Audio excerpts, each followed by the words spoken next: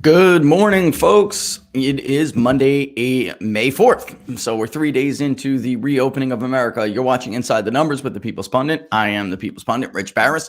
Thanks for watching. This morning, as you may have remembered from last week, we are going to bring you the presidential daily approval numbers for Donald Trump. And we're going to do it all week, Monday through Sunday, because PPD and Inside the Numbers are sponsoring the Rasmussen Reports Daily Presidential Tracking Poll. Today's show, while we are going to get into some of the news, and I'm flying solo today, at least for a little bit. Tim had some stuff to do. So you'll notice the graph is up because I've been promising you this, and we're going to do it. Today we're going to do presidential approval ratings, justifications, presidential justifications, and presidential bars. And I keep talking about this, but everybody's like, well, what are you talking about? What do you mean? And I'm going to tell you right now what I'm talking about. And I have this poll up here because I'm looking back to 2016. Okay. And as a lot of you know, our polling was a lot different than the media, polling from 2016. And ours was a panel poll, but we got into this a little bit on Friday, and I'm going to bring it up a lot more, that in our polling, Donald Trump, the American people always wanted to vote for somebody other than Hillary Clinton. She's been around for a long time. I don't think anybody really seriously doubted whether she could do the job as president, whether she had the experience to do the job as president. Happy Monday to you too, folks. I see you. Happy right back at you. What they wondered about was whether they didn't want her to do the job. It's not a matter of whether or not she could. They didn't want Hillary Clinton. But Donald Trump needed to meet the presidential bar. And we're going to take a look at this polling in a little bit. All right, a little bit more. But let me explain what I'm talking about first by justifications and bars. A justification is what makes you or a candidate the right candidate at that moment for the job. And at that moment, meaning at that moment in history. What about your message? What about your experience makes you the right person for the moment? Whether you like a president or you don't, I assure you, they have all successful presidents that served, that were elected and served. They have all had a presidential justification. Ronald Reagan, for those of you who are old enough to remember, very easy to understand. He was a happy warrior. He was a cheerleader for America during a time of economic malaise, what they call malaise. Carter coined that expression himself. High inflation, high unemployment, low productivity, and it felt like America's best days was behind her. And Ronald Reagan came around, and he was a cheerleader for the country. And he told people that they weren't. He made them believe in America again. All right. And that was, by the way, make America great again. That Ronald Reagan used to have that saying. And so Donald Trump didn't, fabricate this, but we'll worry about Trump for a second. George Herbert Walker Bush, a one-term president, his justification was basically that I'll be a third term for Ronald Reagan. That was a weak justification. He also had a lot more experience than Michael Dukakis. It was a time of crime. We've spoken about this on the show before. They killed him with the Willie Horton ads. They killed him with crime and justice. And George Herbert Walker Bush, being the former director of the CIA, ambassador to China, vice president to Ronald Reagan, he was seen as having a lot more experience in a world where the Soviet Union was still the boogeyman, but it was getting weaker. And it just became a point where Michael Dukakis was the risky choice. So Herbert Walker Bush's justification was, I have experience. Oh, and by the way, you all love Reagan. I'm Reagan's guy. And at that point, Reagan hadn't deteriorated like he did in 92. So his convention speech was still very effective for Herbert Walker Bush. All right, let's speed up. Clinton, it was, Clinton was, I feel your pain. You might not have liked Bill Clinton. You might have saw right through him and knew we were going to have the problems that we had with him scandal-wise. But he spoke to a lot like Donald Trump spoke to the working man and woman in this country who at that time, while we were already coming out of the recession, under Herbert Walker Bush's first term, he focused on the war, he focused on foreign policy, and an incumbent president cannot be saved by foreign policy, but they can be sunk by it. George Herbert Walker Bush is the personification of that theory. The Gulf War was an enormous success, and he thought that would carry him, but it didn't. Ultimately, people's pocketbooks was the most, what really it won the day. And, James Carville, it's the economy, stupid, right? That was Clinton's justification. And I'm going through these to try to give you guys sometimes it's harder to explain and better to just kind of detail out. So we get 2 terms of Clinton. While his approval rating is really the highest it's ever been, Clinton was never elected with majority support in this country. We had third-party candidates, Ross Perot. They were, third parties were a big factor. He never had majority support. It was only until the impeachment and the economy was rip-roaring that Bill Clinton enjoyed majority support.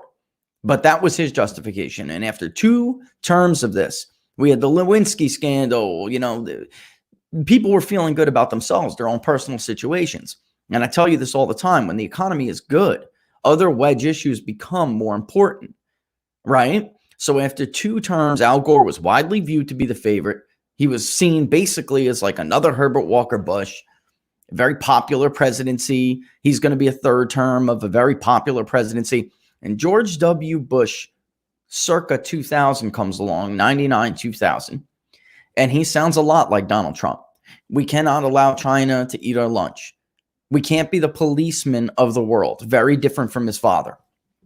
And I will restore integrity to the White House. That was George W. Bush's justification. Those 3 wrapped up together. In that election, he won states he'd go on to lose after he turned into George W. Bush version 2.0, which was what we later now know as neocons. All right. He came along in 2000 and he was a very nationalist candidate, and it gave him states like New Hampshire. We went over New Mexico last week. It almost gave him states like New Mexico. Very anti all of this, young electorates, independent electorates who don't like war.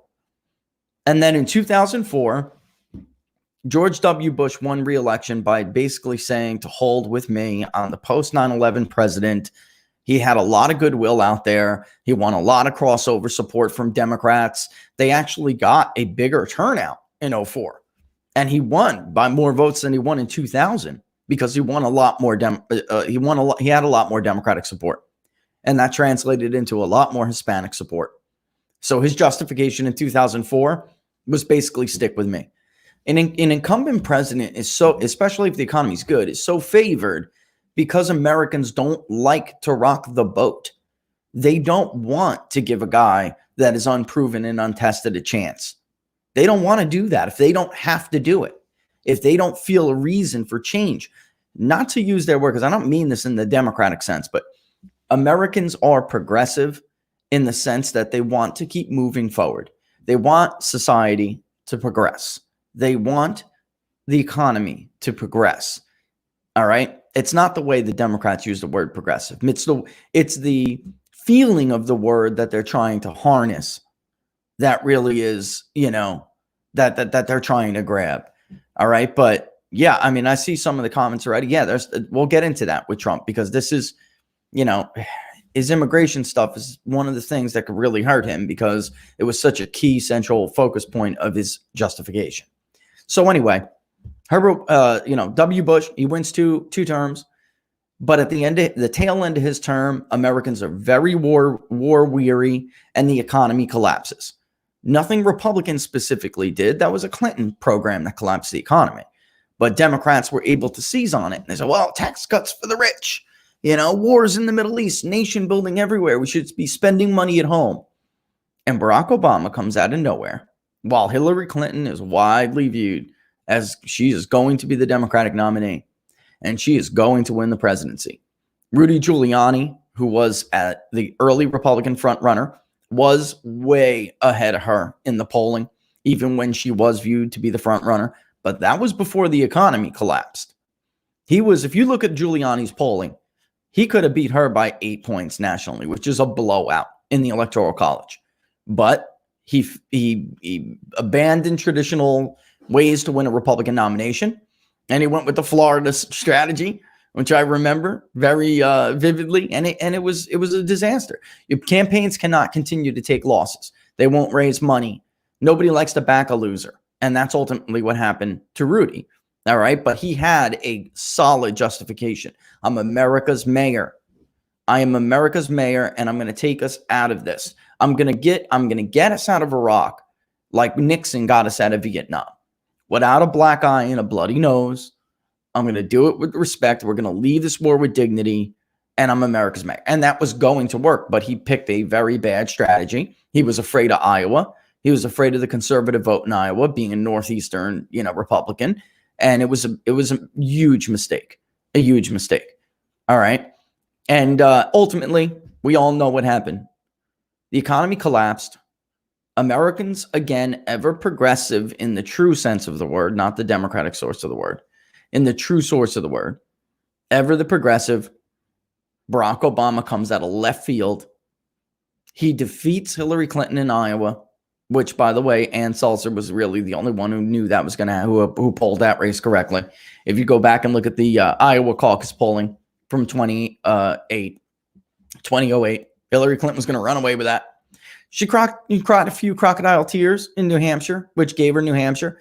But ultimately, Barack Obama won the nomination. Bitter fight. We know how that went. I know a lot of people don't like Barack Obama, but the fact of the matter is he had one of the most solid justifications that any presidential candidate in modern history. Hope and change. That was Barack Obama's justification. I'm young. I'm black. That certainly helped. Let's be honest. Let's be real. He was going to be the first black president. Nation was proud of that. They were proud of that. They wanted something new. He beat Clinton because people lumped the Clintons in with the Bushes. Isn't there anyone else without the last name Bush or Clinton that can lead this country? And he was young. He was fresh. He was new. He was cool. Man, say what you want about Obama. He's cool. He's cool. He's a cool guy. He's a cool cat. He's got a cool character. That is what the country wanted and needed. He knows he's got a lot of good political instincts, and so do the people who are around him. Not necessarily, the Democratic establishment, the political advisors. He brought a lot of different people in, and they understood that Americans are forward thinkers. They don't want to go backward. They don't like it. They don't want to give somebody else a chance if they don't have to. Mitt Romney comes along. Republicans nominate the worst possible guy or girl for the job, and they put in place a guy who represents the same corporate America that sunk the economy, or at least in Americans' minds, that sunk the economy in the latter Bush years. It was, and by the way, could not argue Obamacare because he was the predicate to it in Massachusetts. I mean, he was the worst possible person that you could put up. Newt Gingrich would have been a far stronger candidate. Despite what the early polls say, Republican voters were duped again by early media polls, general election, hypothetical horse race matchup polling.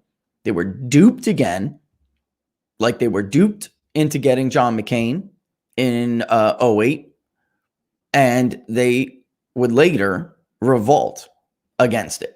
And anyway, so we get two terms of Barack Obama. Economy sucks. Everybody knows that. It was the worst historical recovery for any president since FDR. All right? I mean, they liked Barack Obama personally. Americans liked Barack Obama personally. They did. They didn't like his policy. If you poll Barack Obama's agenda, it was never popular under his presidency. It was really kind of remarkable. It really was. Trump is the exact opposite of Barack Obama. We would poll Obama and people liked him, but we'd ask him about his party and his platform. They hated it. Hated it. That's how Republicans took the House and the Senate, running against his agenda. It was never against him, which is something Romney never understood. They liked him. They didn't like the party or the policy. Anyway, Trump comes along, and the front runner against Donald Trump, or for the Republican nomination, is another Bush. Low energy jet, right? He was very popular in Florida. So he thought he'd be able to hold on long enough. If you can, it doesn't matter if you lose Iowa in a Republican primary. It really doesn't. I hate to say it, but that's just in modern Republican politics. That's just the truth. You can go on to New Hampshire. If you win New Hampshire, we'll send you into South Carolina, which, despite it being in the South, is a much more moderate electorate than people think. And that will catapult you from there. So anyway, Donald Trump made a play for Iowa. His justification, whether, there's people who hate Donald Trump as much as there are people who hate Barack Obama. They loathe him, just like the right loathed Barack Obama. But he still had a justification. I got to be honest with you. And, the polling's up right now. There was a long time where I was looking at these numbers going, what in hell am I missing here? And sometimes we would just have to read the comments from the polling. And the people told us what it was. Immigration and the economy were the same issue almost. They were the same issue. They did not view immigration by race. They did not obsess about it as a racial issue. Not, I'm sure that of course there were people who did, but in general, as a whole, the vast majority, they never viewed immigration as a racial issue. And the media never understood that. That's how Donald Trump won Michigan. He can't do it with Republicans alone. You cannot win that state with Republicans alone. We've been through Michigan in the voter analysis. We've been through Pennsylvania in the voter analysis. Both of those states, you cannot win them alone with Republican support. Even Republican and independent support. You have got to cut into the Democratic vote. And this one response just sticks in my mind. I will never get rid of this woman. She was a Bernie supporter. And I think she was in East Lansing. And there was another one in Dearborn that sticks in my mind, outside of Dearborn in Michigan. And we asked her, why are you choosing Trump? And there were really two reasons. At least he was authentic. At least you knew what you were going to get with Donald Trump. That's number one. And number two, people wanted their own situation taken care of first before they worried about other people having an opportunity to come into this country and prosper. Americans are very generous, but when they're hurting and their own communities are being destroyed and nobody cares, and they still don't care, they still refuse to acknowledge it. When your own community is hurting, then after a while, it's only natural they're going to say, what about me? And Trump comes along, and they saw the country as Barack Obama was managing a decline. And so were the establishment Republicans.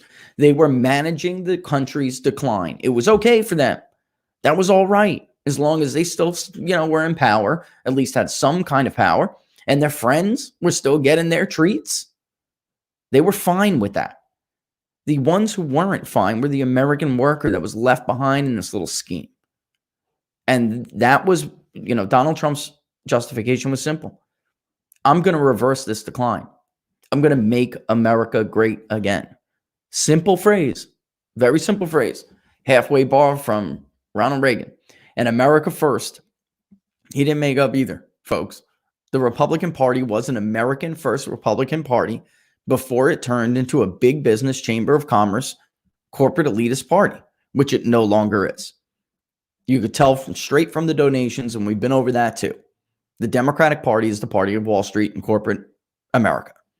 That's where their donations go. That was a trend that really kind of started. Then Romney, he stifled it because, he's the head of the party. He is who he's vulture cat. What Barack Obama did to Mitt Romney was brilliant. It's the same thing George W. Bush did to John Kerry in 2004. He didn't beat them. They did not. Those presidents did not beat the challenger in November. They beat them in April and May because they are allowed to go on the attack while a party's nominee can't do anything. But they can't legally. They can't do anything to return fire. And they were beaten in April and May. Bush painted Kerry as a Northeastern out-of-touch liberal, and Barack Obama painted Mitt Romney as a vulture capitalist. Remember that? Remember Ohio? Remember the ad with the man and his wife died of cancer, and Mitt Romney, Bain Capital, came in and ripped up her company and left her without health insurance, and my wife died. That worked. That was devastating. It was brilliant. It was brilliant. But whether you like either Obama or Trump, it doesn't really matter. You have to be able to open your eyes and see that they had justifications. And that's why, by the way, Donald Trump's vulnerability is higher now than it was before all of this started, because his justification was that he's going to return America to greatness. And a lot to do with the economy. Yeah, there's parts of the wall coming up. I understand that. But there are diehard supporters out there who are furious the wall's not done. I mean, people who follow it know that the wall is going up. It's not the wall he promised, but there is a barrier going up. It's just not going up as fast as they want.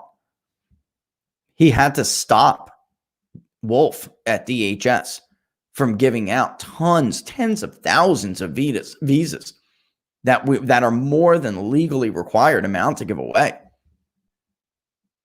All right. And we'll get into his approval ratings, because I know people are already, people are already, well, what about his approval rating? We're going to talk about a little bit about dual approval ratings. It's 20 after 10. But before we do, and we get on to that, because I'm trying to lay the foundation here for the rest of the show, look at the graph that's on your screen. It's the graph that we looked at on Friday. All right. This was the online panel poll. Again, it was a 3-day rolling average, thousands of responses, and it was not unheard of for 20% to even a third being repeat responses. And we did that for two reasons. One, these people told us they were undecided, a lot of them, or that they were not solid on their choice that they may have given us in a prior one. We're going to talk about that. That's a great question. Why does Trump keep hiring people that don't agree with his campaign promises? I will go back and I will fish out all these questions, because that's what today's show is going to be a lot to do with, answering these questions, because I go on and on. We talk when we're doing these voter analysis, and people say, well, what does this mean? What is he talking about by presidential justification? What does he talk about by meeting a presidential bar? I'll use a lot of this show to answer these questions, but let me just run through and get the foundation ready. Look at the graph on your screen. Very different from media polling. This plot band right here, that's red. That was the Republican National Convention.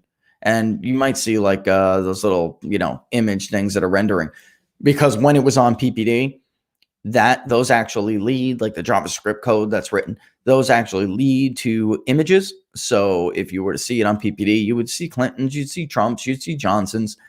We never polled this as a two-person horse race, a head-to-head matchup, because this race was never a head-to-head matchup. You're polling a hypothetical that doesn't exist. I don't know why they did that.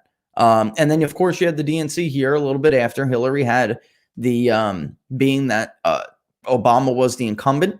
The incumbent party goes last usually. And then here you have the green, which was the completely ignored, Jill Stein's completely ignored Green Party convention. Yes, they did have a convention. Incredible. You never knew it, but they did. And then over here, these plot lines: first debate, vice presidential debate, second debate, third debate. Very important here, and I'm going to tell you why.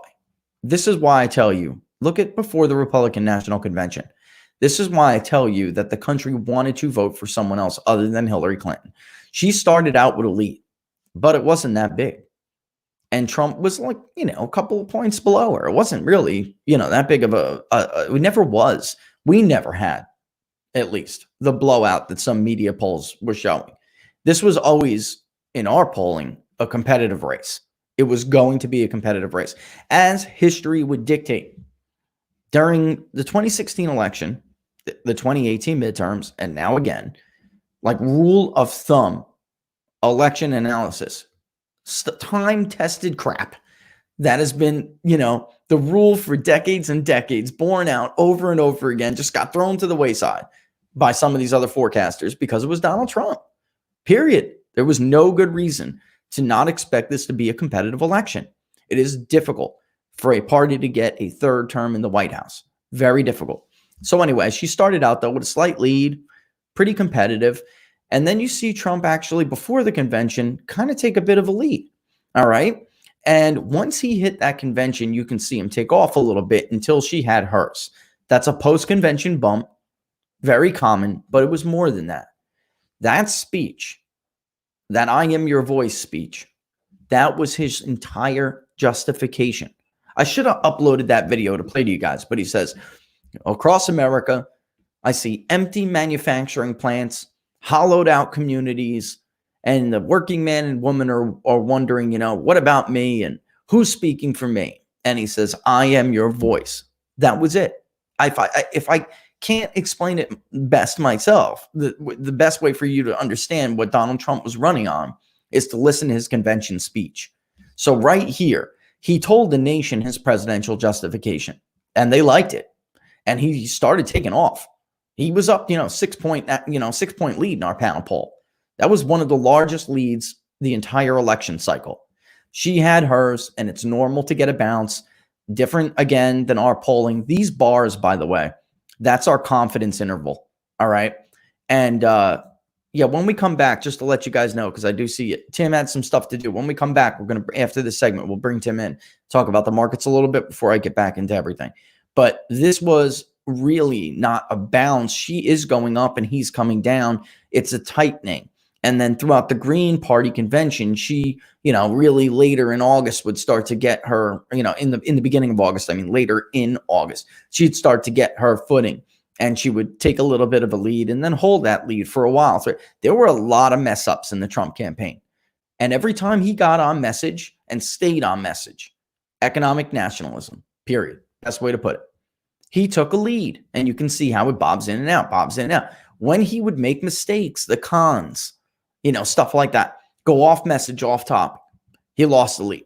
It's really that simple. And these are people, again, why I think this is was more accurate picture than the big media polls is because it wasn't subject to response bias. We knew who we were polling. We knew who was a repeat interview and who wasn't. When you're just randomizing samples, which of course that has its place, you're not knowing whether or not you're really polling the same group of people or something representative of the same group of people, which is really the goal. You're not going to get the same people in random samples. But what'll happen is something like the Access Hollywood tape will come out and your poll is going to be, it's an artifact of the poll itself. You're going to be subject to response bias because Republicans are not going to want to pick up the phone anymore. They're upset. They're depressed. They know this is a bad news cycle for their boy, and they don't want to talk to a pollster. All right, that's called it's basically response bias. So there are different names for it. Anyway, Mike Pence does well in the VP debate. The Access Hollywood tape comes out. Trump collapses. This was always looked like a temporary collapse. It wasn't as sharp in the 2 or 3 days after when the responses really started being returned, where they had time to digest this. It was never really like we looked at it and we saw this is going to be permanent. He's done. If you remember the media coverage, this campaign is over. It's only a matter of how many electoral votes Hillary Clinton's going to win. We didn't see that. We saw a bunch of people who were undecided, who were leaning to Trump, pull back again. That's what we saw most of. That was the vast majority of his collapse. And he began to go beneath the 40s for the first time since, we really had started, which was after July 4th, even though some of the interviews were done before the holiday. We didn't gather enough to make the rolling average until after the holiday. He started collapsing below that point, like his starting point. But that was because, just theoretically, some of the people who had chosen him were like, oh, I don't know if I can do it, or at least they didn't want to tell us. Then he goes out to this second debate. This was pressure. And he went out there and he handled that pressure. He met the presidential bar on this day right here. This was the day that that the American people said, this guy can do this job. If he can come out and handle this kind of pressure and, speak the way he spoke and fight back the way he fought back, he can do this job. That's what the bar is. The point at which the voters will look and they'll say, I can see him doing it. He looks presidential to me, or with the word presidential. That's really subjective to some people. It's the moment they say, I trust this guy or this girl to do the job. Before, he was like a reality star. They didn't know. They weren't sure. They liked it. They wanted to not vote for Hillary. They just weren't sure he could do it. He was up to it. Big issue over his temperament, by the way, which we didn't really poll. We asked about, different questions, but we didn't ask about temperament. It's kind of ridiculous. There were different ways to ask people whether or not you thought he was qualified to do the job. And at that second debate, he met it. He met the bar. The race started tightening again, and the rest is history. All right. So I just wanted to put it like that. So basically, I'm laying the foundation. So when we go into the presidential approval ratings, we're going to look at Rasmussen, which we're sponsoring this week until Sunday. And we're going to look at Gallup, talk a little bit about why those numbers would be different. And we're going to bring in Tim here really soon. Okay. Actually, it is 10:30. I'm going to do the spiel. Then I'll bring in Tim to do a market update. We didn't get one yet this morning. And then we'll go back into our numbers. All right. So it is 10:30. Monday, May 4th. You're watching Inside the Numbers with the People's Pundit. I am the People's Pundit, Rich Barris. You guys can follow me on Twitter at Peoples_Pundit if you don't already. And again, guys, if you're on Periscope, looks like a lot of scopers today. Don't forget to give us those hearts and like the account that you're following from. When the market update's going, I will shoot links to YouTube for those of you who say Scope. You know, everyone's home. Scope is overloaded. So I'll shoot those YouTube links out to you guys. Facebookers, there seems to be, I don't know, we see that communicated with Facebook over it.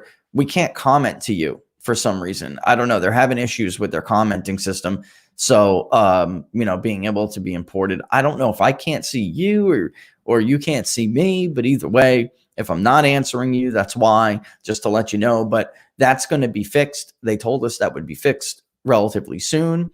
And if you are Facebook Live watchers, don't forget to like the page, People's Pundit Daily. It will notify you when we are going live or before we're going live, so you can situate yourself. Same thing with YouTube's watchers. Subscribe to the channel if you haven't already.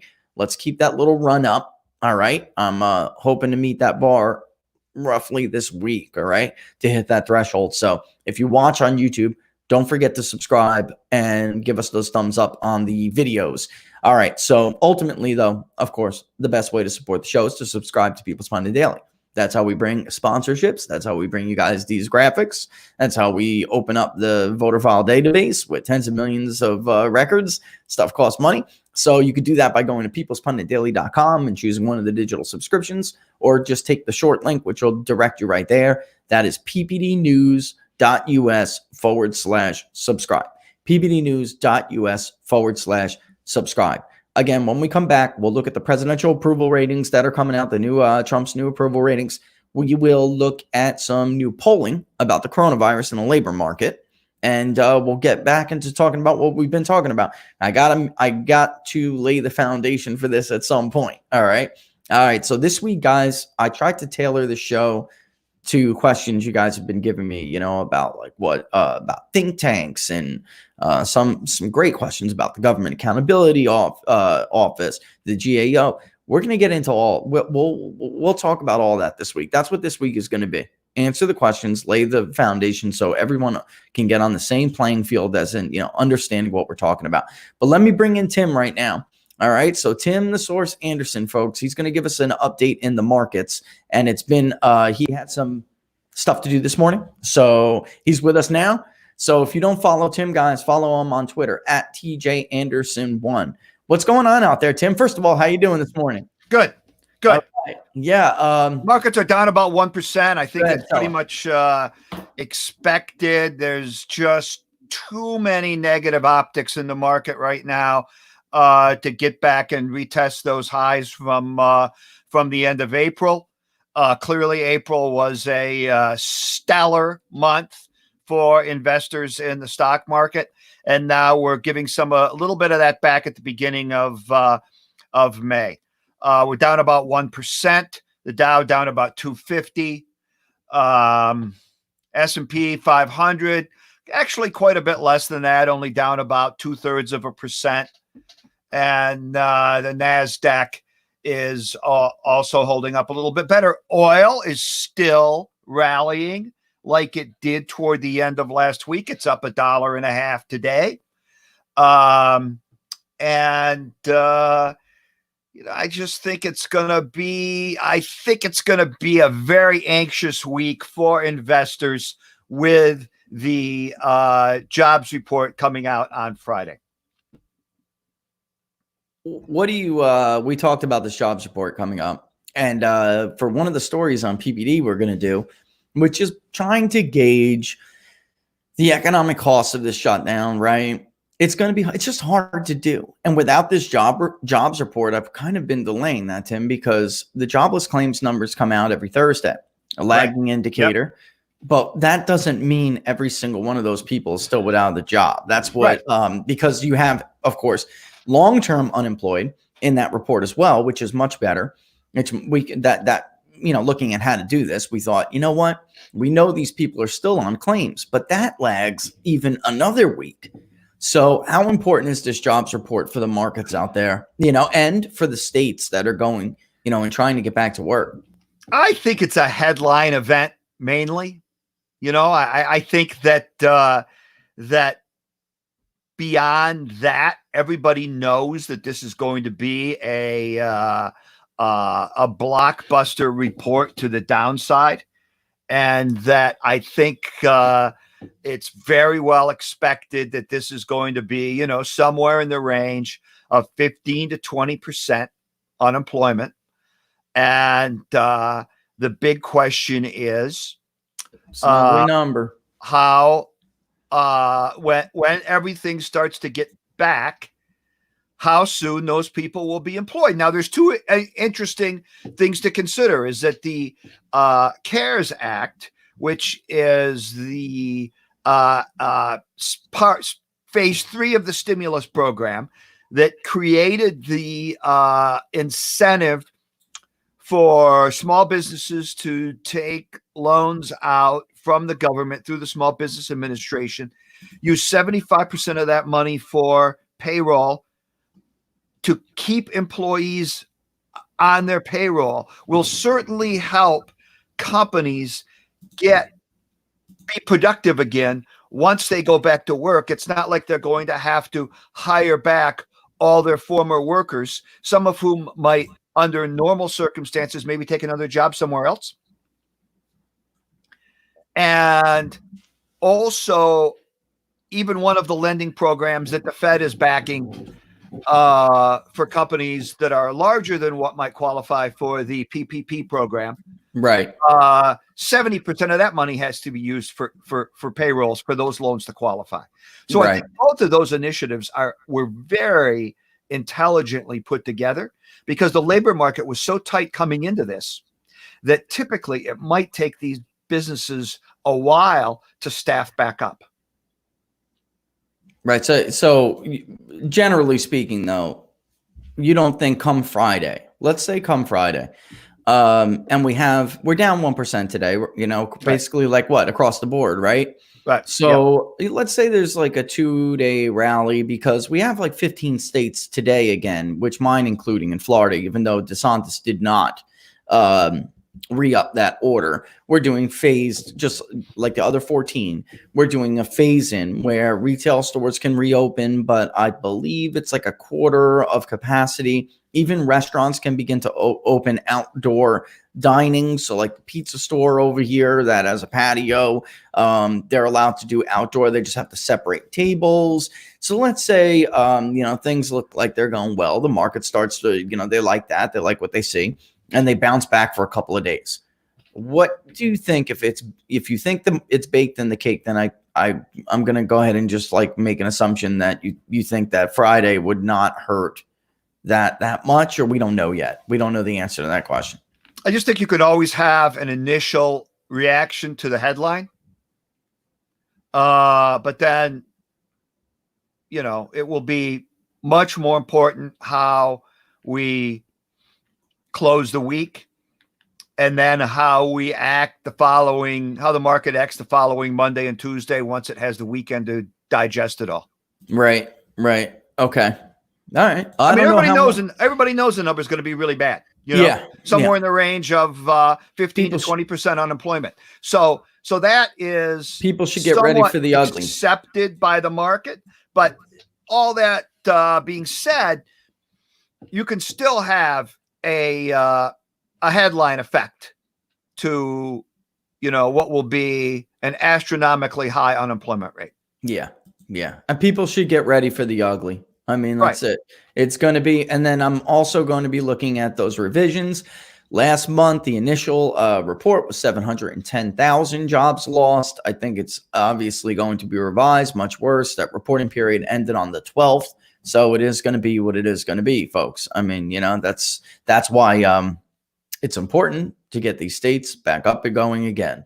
So we'll that's the show for another day. I guess we'll talk about every day we're getting more and more data on whether it's environments for infections and transmissions. We'll go over, and serology, by the way, that's coming in now almost weekly, which is nice. Those are the testing, folks. For people who don't know, everyone just hears that word testing. There's testing for whether you're positive or not, and there's testing for antibodies, which means you already had the disease and maybe you didn't even know it. So they're random sample testing the populations in areas to see whether or not a larger share than previously thought, which seems to be the trend. Had the disease before, so that would help us to move forward quicker. That would give, but Tim, still, some of these Democratic governors, you keep hearing them say, Colorado, California, even Cuomo, but and then one Republican out in Maryland, Larry Hogan. You keep hearing them say, well, we gotta tailor policy to the data. The data doesn't support these extensions that we've been seeing, these reclosures of the beaches. It just doesn't. What are they talking about? I just think that they're lost a little bit, and they're using talking points that they think is what other people in their party want to hear. Yeah. And I think it will just come back to hurt them significantly. Frankly, I think that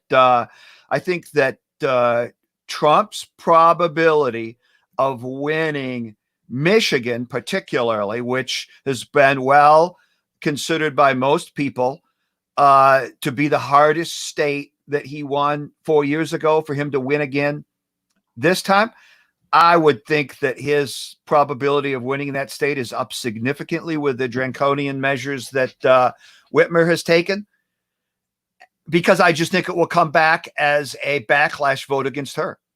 Yeah, she's auditioning to be Biden's number 2. Right. And I think somewhat you could make a similar argument in Wisconsin. You could make maybe a similar argument in parts of Pennsylvania. I think this whole idea that Joe Biden is the favorite to win Pennsylvania because once upon a time, 60 years ago, he lived in Stratton. Right. And with his position on fracking and with the backlash against the Republican governor against the Democratic governor there for keeping the entire state shut down, when really it's just probably very, very small pockets that have a significant outbreak of the virus. I just think that's going to come back and bite those Democratic governors hard with the presidential vote in November. So they wanted to kill, if they want to kill the economy to hurt Trump, like slash his Achilles heel, I can't understand. Look, I guess it's a calculated risk, they're taking, but I can't understand, Tim, why they would want to do that. I mean, we know we're not going to get recovered GDP numbers before the election. So you would think that they, would be more conservative, to use lack of a better word, but to be more prudent and say mission accomplished, moving on. But they're not doing that. It's like and they really risk this huge blowback. We talked about some of those numbers changing last week. In the beginning, people in Michigan were on board with this, and now they're not. And by the way, we're going to talk about this, some more national polling in a minute, which is following some of those state level polling. For CNBC, they had change.org. They took a poll in early April, and it was only like, single digits in those 3 states, in Michigan, Pennsylvania, and Wisconsin, single digits that thought that the policies were too draconian by the end, not even the end of April. That had been completely reversed. I guess I already removed that graph from the queue, but I should have, still have it somewhere. I'll put it back up for tomorrow, so or at least for the week, so it could always be, be there to remind people. I mean, the change was dramatic, and with some of the national polling we're going to go over in a minute, the concern over whether or not you'll personally catch coronavirus is down significantly. While it's still there, of course, it's down significantly. And the number of people who say it's time to get back to work is up significantly. But I don't want to give that one away. We'll get into that after we get on with the presidential tracking poll. So let's look at both these polls, all right? Because we got two. We got Gallup, and then, like we've told people, we've been from Monday through Sunday, we're the sponsor of the Rasmussen Reports daily presidential tracking poll. And let me go ahead and just get ready to pull this puppy up, all right? This morning, as of Monday, and then we can take it, because I find two things that I think are interesting that I want to talk about. And we can discuss why a little bit, why, the media is totally different, but why Rasmussen is so different than other, like a Gallup. All right. I mean, we're just sampling different people, totally different people. And then, of course, how they decide what is the electorate, or what is the party breakdown. Again, folks, it's overrepresented, not oversampled. Overrepresentation is when a party represents more of the electorate in a poll than they would in a real election on election day. All right. But anyway, let's pull this up, because he's doing worse in the Rasmussen daily tracker than he is in the Gallup poll and some of the others. All right. So here we go. I'm just pulling up the screen. So for this week, for Monday, 46% approve, 53% disapprove. And I could pull up the graphs that I got. All right. But they do an index, like an intensity index, which means whether or not you strongly disapprove or you strongly approve.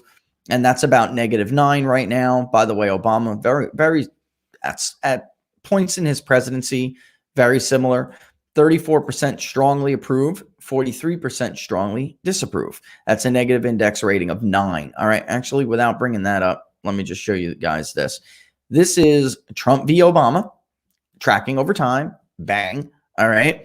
And right now, Barack Obama is a little higher than Donald Trump, but in plenty of times in this presidency, Trump has been higher than Obama in this poll, which I know is like a stun and a shock. It's like sacrilege to cite that in big media because they hate it.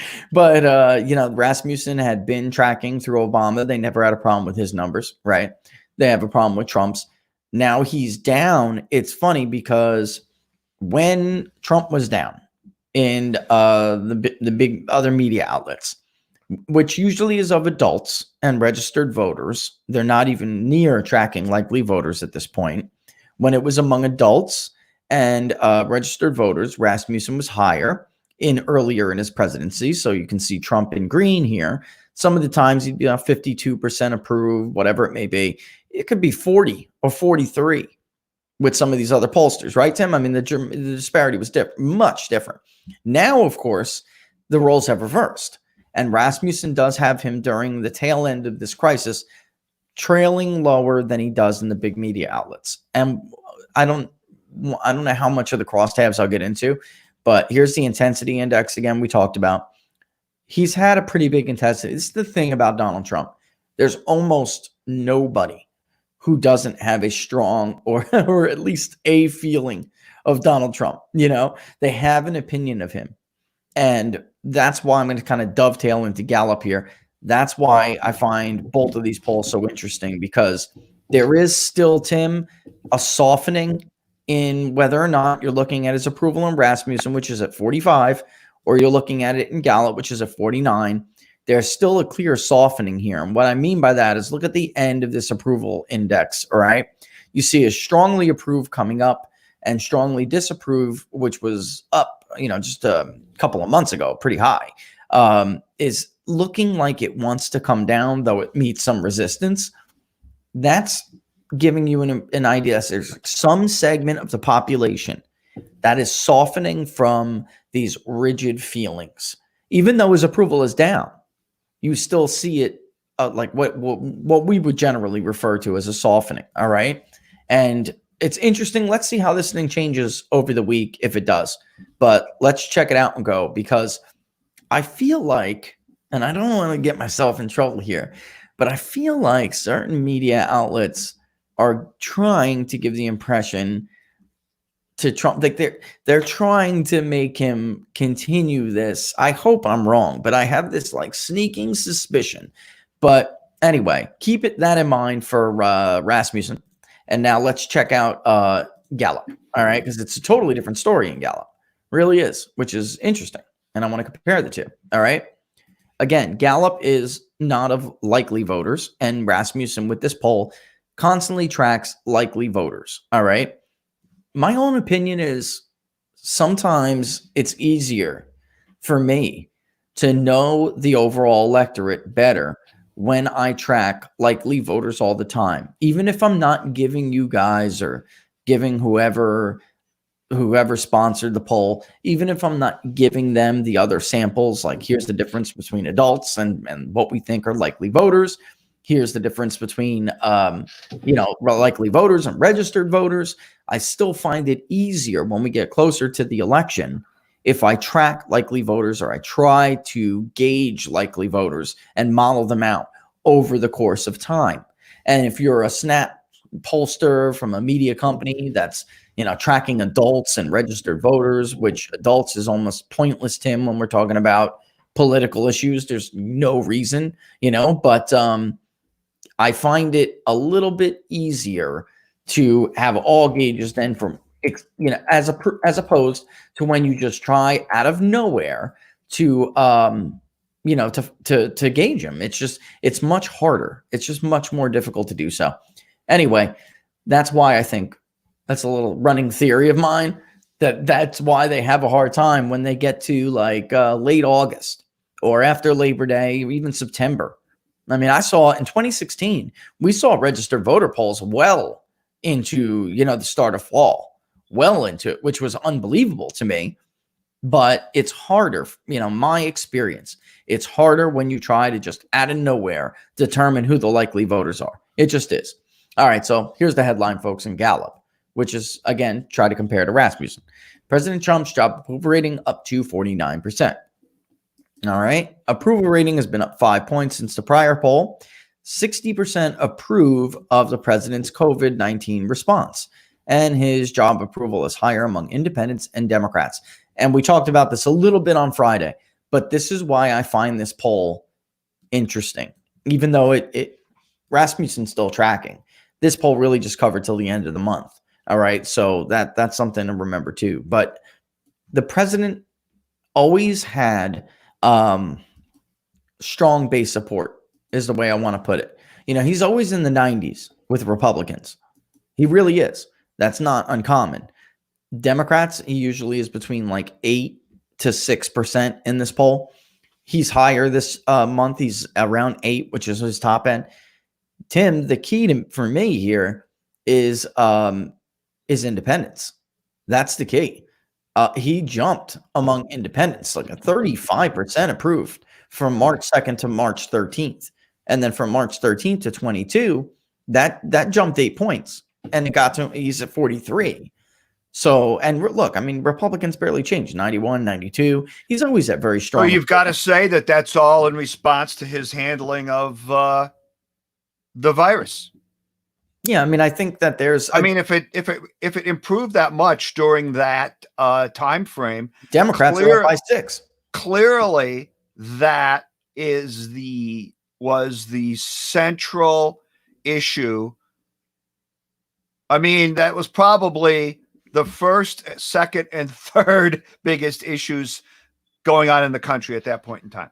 How Americans view his handling of this crisis is going to determine the election. This is it now. And fair or not to him, fair or not, that is the way it's going to be. That's just, I mean, it's funny, Tim, because he got elected on things that are totally policy-wise, not justification-wise, going back to what is, his justification. Policy-wise, he really delivered on the main things that he campaigned on. I mean, can we be objective enough to say that he delivered on the? I can't believe there are people out there, except for. And I think that the they will weave the whole China narrative They're going to have to. Yeah. into as a key part of how he deals with the virus, because really it's connected. Yeah, I think they're going to have to. They have really no choice. And he, by the way, yesterday, for those of you who did not watch America Get Back to Work on Fox News, I think that's what it was called, right? America Get Back to Work. It was a virtual town hall. Yeah, they were at the Lincoln Memorial. It was very interesting. And he had some of his strongest language on China we've heard to date since he was a candidate, because he's generally been trying to do what Donald Trump does. Anybody who's read The Art of the Deal knows what he's doing when he praises Xi or praises Kim Jong-un. That's part of his style, his negotiation style. That's what he does. He flatters. It's called the handshake. I mean, if you've read it, then you know what I'm talking. It's not a big book, folks. If you want to understand how Donald Trump sees the world and sees negotiation in general, and it's not a large book, it will not take a whole lot of your time. But flattery is a huge part of how he gets concessions. It just is. Here's the thing, though. Now there's a huge part of the country who's going to be very pissed off at China. And that's not just his base. It's not. There are people, I mean, the polling's pretty clear. The American people are very angry at China. They're very angry. And he would be completely, like, politically negligent.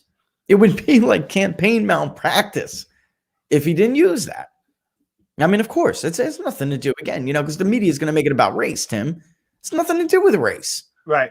And that's what they do, because that's how they view. Again, going back to talking about the polling from 2016, that was ours, so different than everybody else's.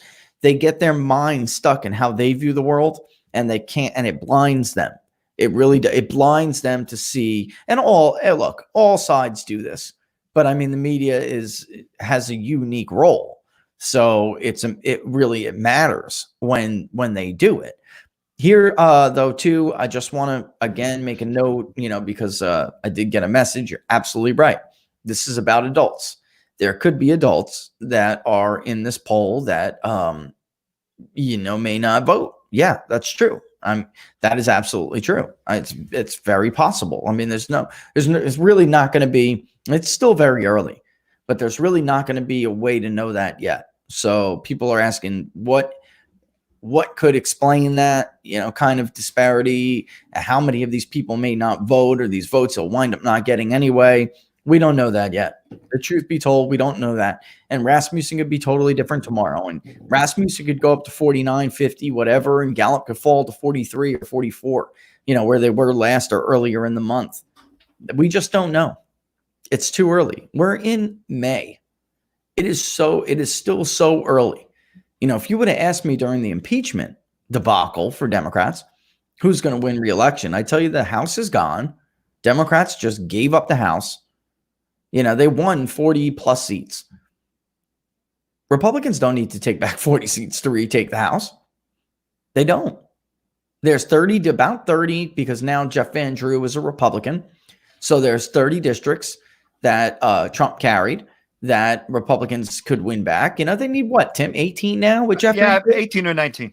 Yeah, because Jeff Van Drew switched over.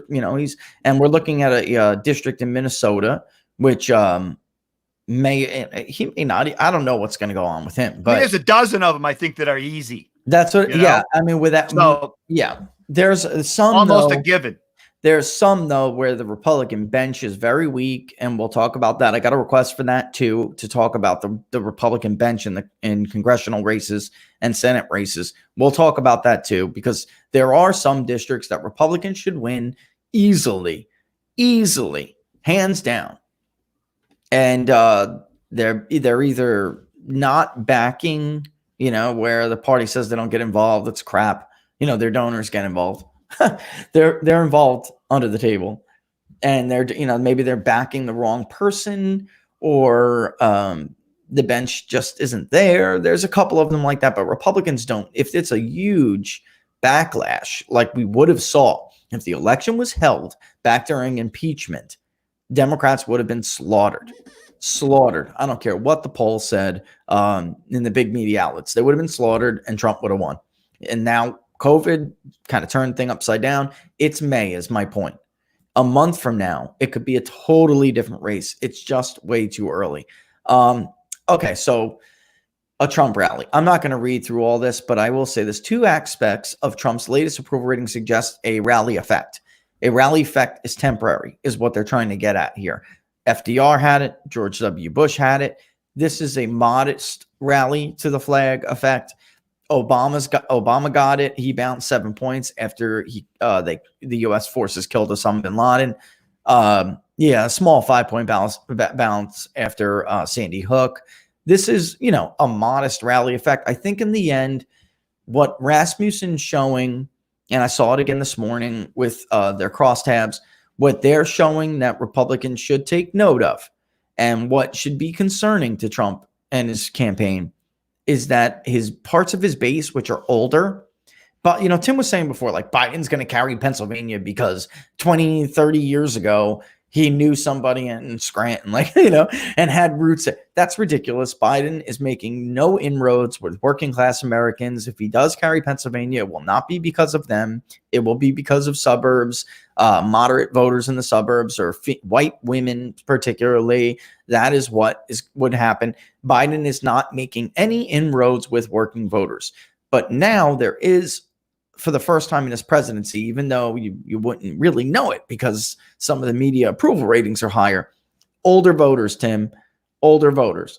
And I think it's like a bit of a quagmire because they're the most vulnerable at this thing, right?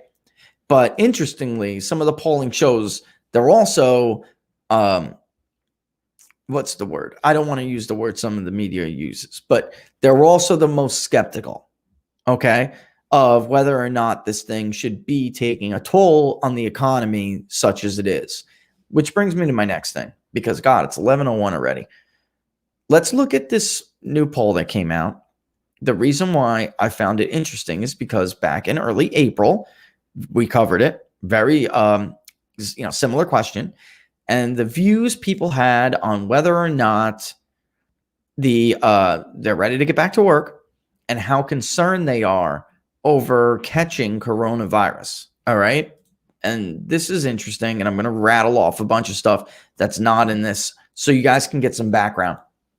But okay, so more voters ready to return to work, lesser concerned over coronavirus. So overall, and this is Rasmussen, 43% say now it's time to get back to work. That's up from 36% on their polling in April 16th. Okay. Very similar to what we're seeing with the change.org for CNBC. That's actually pretty much in line. It's this national. They're looking at state level, because of the protest. So they polled the states, which is very interesting.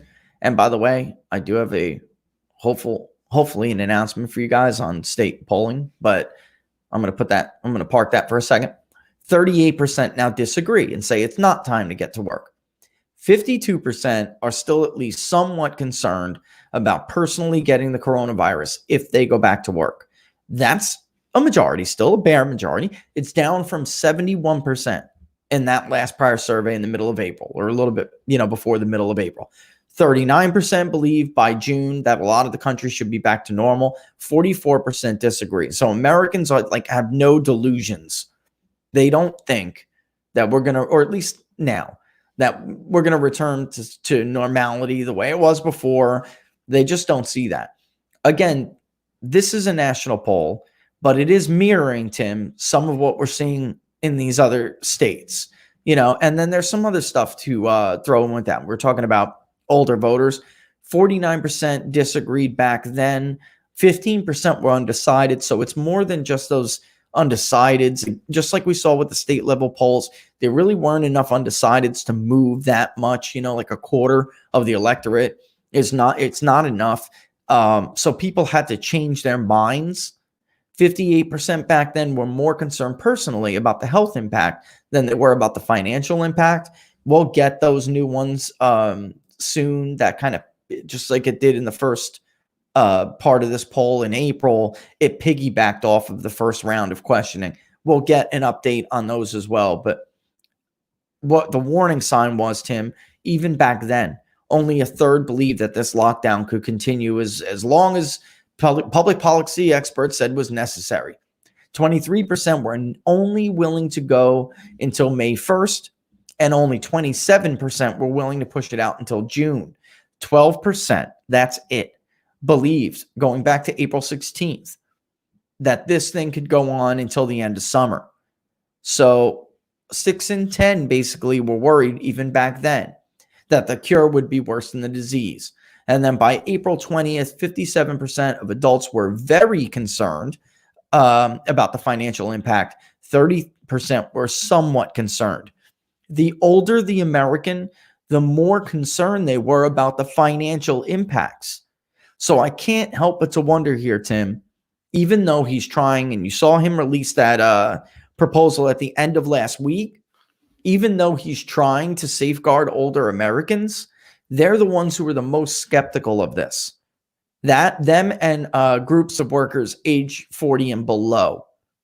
And that was true in the Pew Research poll as well.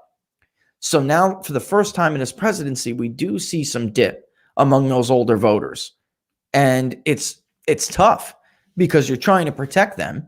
They're the most vulnerable, but they're also the most skeptical. And given the entire media narrative over the last, 4 weeks, it's a tough, you know what I mean? What are your thoughts on that? It's a tough nut to crack.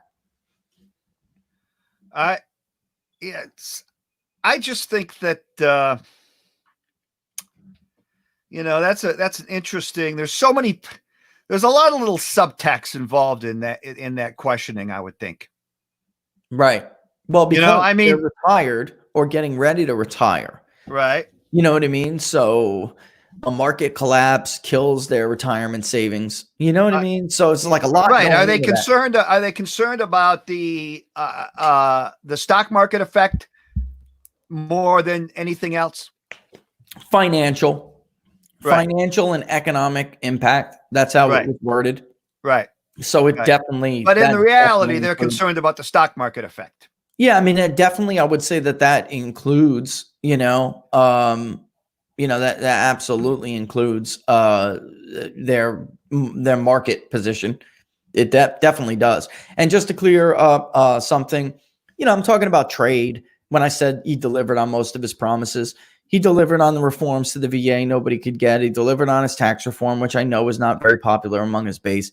He delivered on a lot of his trade deals with Japan, with China, with Mexico, with Canada. NAFTA was huge in those states Tim and I are talking about, the Rust Belt states.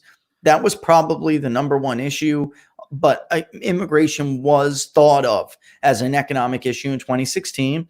Right. And I'll concede what one of the commenters are saying. I'll absolutely concede that he did not, the wall is not up, and it's not going to be up by the end of his first term.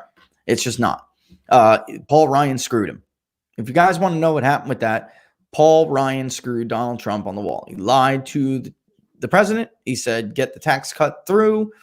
Healthcare, let's work on healthcare first. Get the tax cut through. They failed on healthcare. They did get the tax cuts. And he said, get that done. And then when they had that huge omnibus bill, the president didn't want to sign.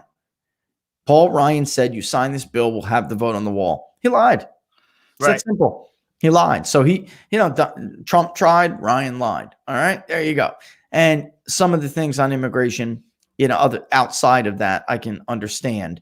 And it's very difficult to get Americans out of war, but he's trying to use the coronavirus to remove the rest of American forces that are in Afghanistan. And I think whether, Tim, he has some actionable plan to get those people out of there are going to matter in states like New Hampshire, states that we're talking about.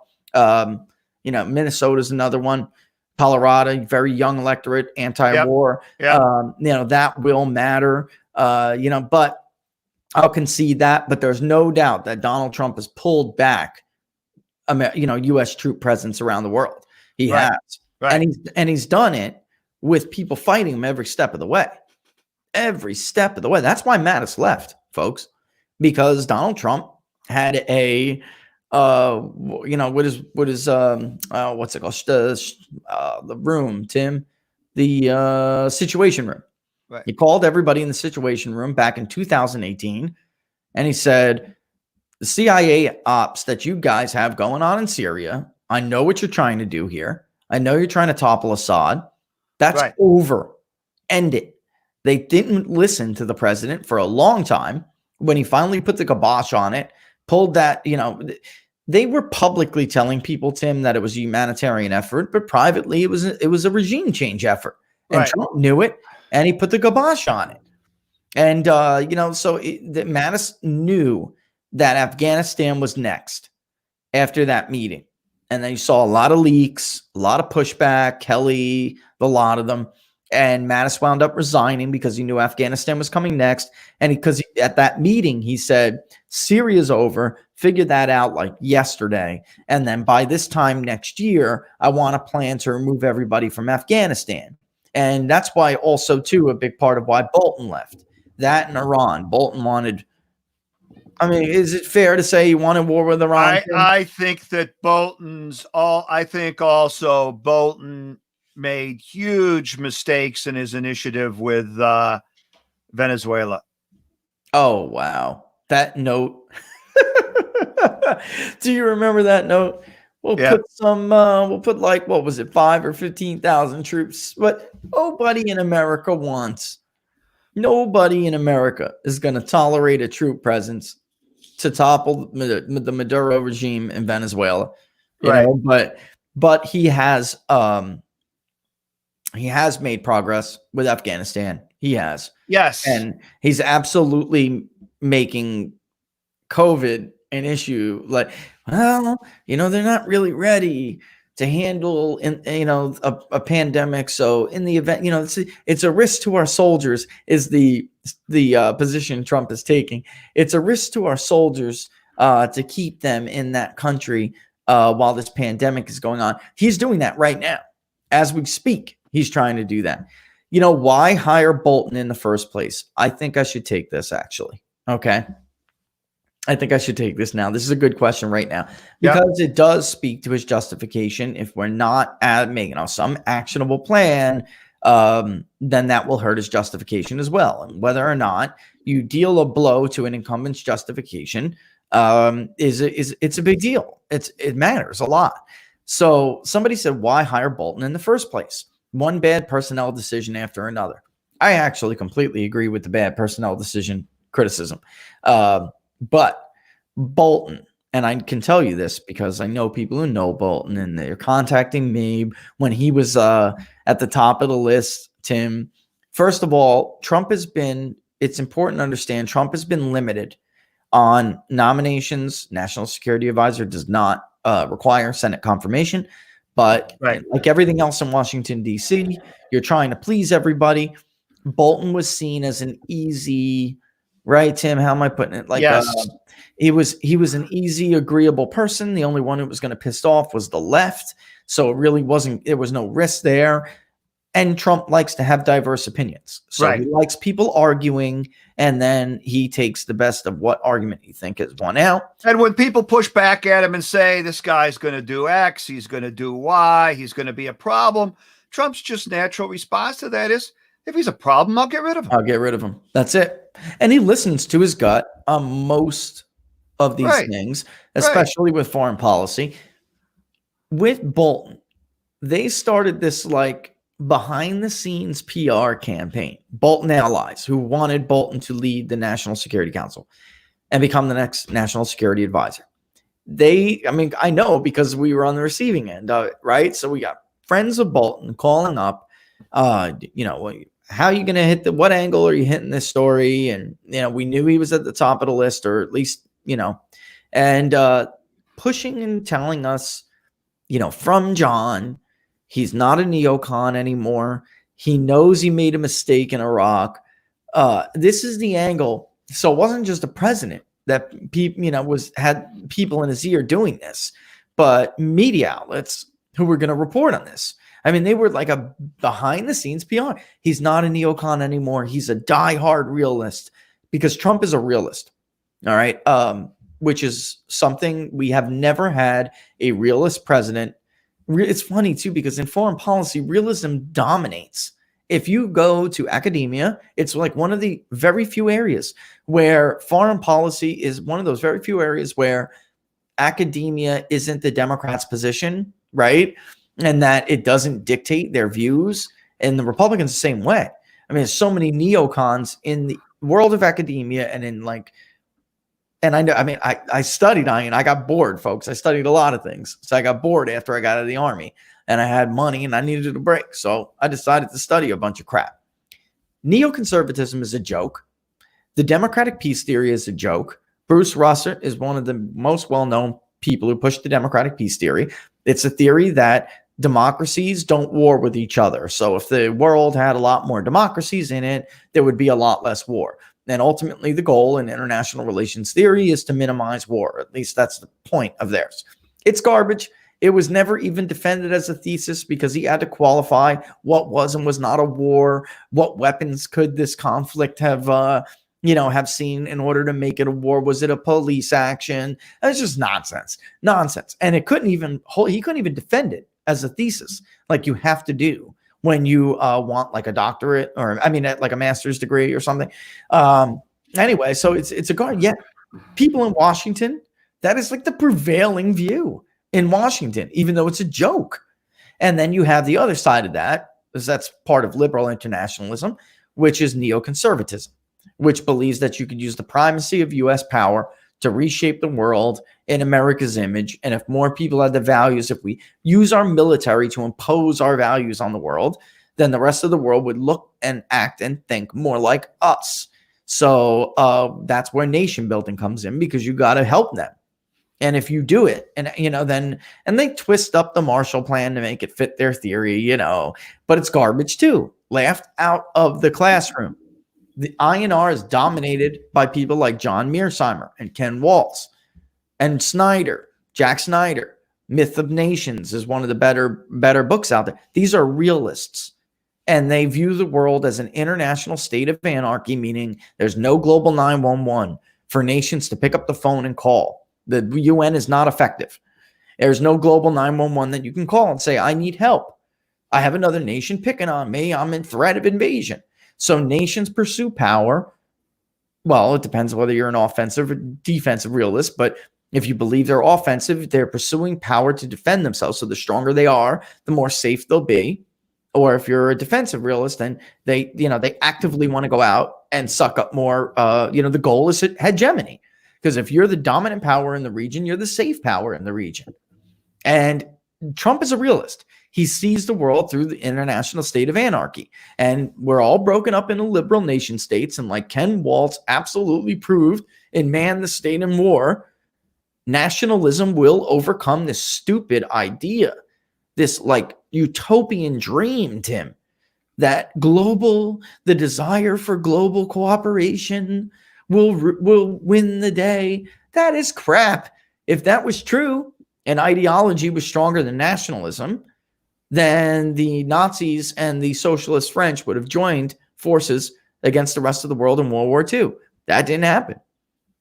Whether academia and the media want to tell you the truth, fascism is a form of socialism. That means they should have got along with the communists, but they didn't, right? So it's just crap. And Trump sees that through that world. Now, where I'm going with this is John Bolton had all these people running around through surrogates, trying to tell the White House, trying to tell alternative media to spin how alternative media that, are less critical of Trump, to spin it to them that John Bolton has learned his lesson since the Iraq War. He's no longer a neocon, and now he's like a traditional John Mearsheimer realist. He's an offensive realist or structural realism. And it wasn't true. It was a lie. That's the point. It was absolutely a lie. John Bolton was as much of a neocon as he was the day he left the Bush administration, because he couldn't even get confirmed by the United States Senate. He was a huge part of the lie, the Iraq lie. Huge. And it's amazing, right? like Robert Mueller, Tim, how these people like do these huge transformations once they become a threat to Trump, right? And the left hated these people. They hated them. They wanted John Bolton tried for war crimes. There was actually like an article in Slate, like they wanted him tried at The Hague, and then all of a sudden he becomes potentially a way to remove Trump. And he's like a hero again. It's unbelievable. But the ultimate goal, the ultimate idea is I do agree that he had too many people like that. It's not even so much him being there, right, Tim? I mean, because he likes to debate. And if he wants, he'll get rid of them if he's got to get rid of them. Right. But what I think he didn't foresee is how much of a saboteur these people would be, All right, let me go through the spiel. We'll do the market update. Well, I don't think Bolton was ever a saboteur. I know that the left made a big, not necessarily big play, him, but others. That he was, going to testify during the impeachment hearings, and that he had damning evidence on Trump. And he said pretty publicly later that anything that he had to say, anything that was in his book, or that would have been in his book if they would have allowed it to be published, was not incriminating toward Trump. Right. And it was nothing new. There was nothing I think new Bolton kind of played them along for a while. I think he got a big kick out of the fact that the left was defending him. And there was just the bottom line. There was nothing new. And by the way, there was nothing new about how that book was being vetted by the National Security Council. No. I mean, his publicist was trying to sell books. Right. Oh, they're trying to hold it. They want to suppress it. They're trying to cover. That was crazy, folks. This is a very common way. People go through the book at the National Security Council. By the way, Vindman's brother was the one who was in charge of doing that. But allegedly he never saw any copies of. Doesn't mean he didn't have lackeys doing it. He was still in charge of it. They could tell. Look, Eric never saw copies of the transcripts either. Vindman, the other brother, Alexander Vindman, told him what he thought he heard on that phone call, which they wound up lying about anyway, folks. I mean, Vindman himself, who was the leaker to the whistleblower, Vindman himself under oath did not back up what was in the whistleblower's complaint. They just lied, edited stuff and lied. But that's another show. All right, let me go through my spiel, Tim. We'll do the market update, and then we'll take some questions. How's that sound? All right, so it is 11/22, May 4th. And Monday, and you are watching Inside the Numbers with the People's Pundit. I'm the People's Pundit, Rich Barris. You guys can follow me on Twitter at Peoples_Pundit. I'm joined by Tim the Source Anderson. You can follow him at TJ Anderson1 on Twitter. He's going to give us a market update. I'm going to drink some water, and I'm going to look at some questions, and we'll answer them on the flip side of this. All right, what's going on out there, Tim? Still the same? Pretty much. Although I will say that the NASDAQ has improved significantly from the first half hour, 45 minutes of the day. The NASDAQ is actually now in positive territory, up 0.4%. The S&P 500 is down 0.4%. The Dow is still down a little bit less than 1%. Some of the oil names and some of the other big cap names in the Dow are under a fair amount of pressure. I mentioned that crude oil earlier was up $1.50. It was not. That was a mistake on my part. It was up 1.5%, which is just about 30 cents at the time. And oil actually has also reversed to where now it is pretty much flat. So, look, if the NASDAQ could continue throughout the rest of the day in slightly positive territory, I think that would be a win for the market. And other than that, we've got a lot of economic data coming out this week. And as much as I think the market is really trading off technicals and headlines on the virus, some of the headlines on the economic data will I think, make it challenging for the market to retest the highs that we saw at the end of March until we get past this employment report on Friday. Once we get past that report and you get more states opening up and more things starting to go back to normal a little bit, I think then maybe after this week, you'll have a much better shot for the market to try to continue its rally that it had in April. Yeah, and we got time, right? So we got time in the day. That's interesting. Rolls the oil reversed. I was trying to get, while we were on this thing, I was trying to get the transcript to the convention, right?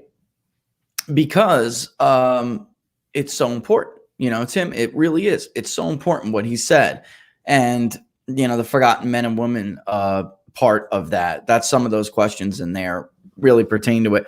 And without it, I almost don't know if I want to try to answer one of these questions, because it really is that important. I'm over here scrolling through articles right now to see if I can get it. But it was like, I know after the election on PPD, we did, the top 4 moments or whatever that won Trump the election or something like that. And that was one of them in there, but that really outlined that justification. And if he's seen, it really comes down to this, folks. If he's seen as fulfilling his justification and still being the best one to move the country forward, then he will win. If not, then he won't. And I think it's important to note one big downfall of Joe Biden. And while I actually thought Bernie Sanders would be a stronger candidate, yeah, he'd lose Florida handily. But I'm not at all convinced Joe Biden has a shot there. I think Trump is far stronger in Florida than people understand. He just has a strong base of support in the Southeast. If Democrats can't widen that, then they have to rely on Broward County. And if you watch that show, then you know why. There are just too many other red counties out there that are voting in historically high numbers for Republicans. It's how they were able to buck the trend in 2018. Collier County, Lee, and there were, even with the hurricane, Bay County still netted out like 50,000 votes. It's not enough. We're at a point now where Trump could lose Pinellas marginally. He carried it last time. He could lose Monroe marginally. And that would be, he would still be able to carry it. It would just be by a margin we saw with, for instance, DeSantis or Governor Scott. They both lost those counties. And yet, Bill Nelson was always popular down there. And yet they still were, they both were still able to hold it. Oh, here it is. 2 lines that won Donald J. Trump the presidency. This is it. Okay. So the one downfall to this is that Joe Biden will be seen as the past. And why I always thought Bernie, before I read this, would have been a stronger candidate. Biden is supposed to be stronger in the Midwest, but there is a problem Biden has. It's very similar to the one Hillary Clinton had, Tim. We had this poll. I'll pop this up too real quick. We had this poll going back to, I'll show the date. This was something, I'm just going to pop the back ends in so people can see it while it loads up. I don't know how well people can see it there. So this is from July 31st. And we were looking at the percentage of each candidate's vote that would possibly or potentially go to the other candidate. And I can't really scroll for some reason. It's like, the zoom out. Hillary Clinton was losing a lot of her base. All right. Here's the people who voted for Bernie Sanders. At this point in our tracking poll that I showed you before, 47.7% said they were going to vote for Hillary Clinton. 15.8% at this time, which was close to the high, said they were going to vote for Donald Trump. 5.6% were going to vote for Gary Johnson. Over a quarter were going to vote for Jill Stein, which didn't happen, but she still got some of that vote. And then 4.6% not voting, all right, or some other candidate. In the end, this 16%, while the other ones moved, Hillary Clinton got the vast majority of those people who are pissed and were going to Jill Stein. Gary Johnson got some, all right. But in the end, this held, Tim. This held because these voters saw Hillary Clinton as a voice of the Democratic establishment, a voice of the past, And in some of those battleground states, those Rust Belt states, Trump carried for the first time in like forever.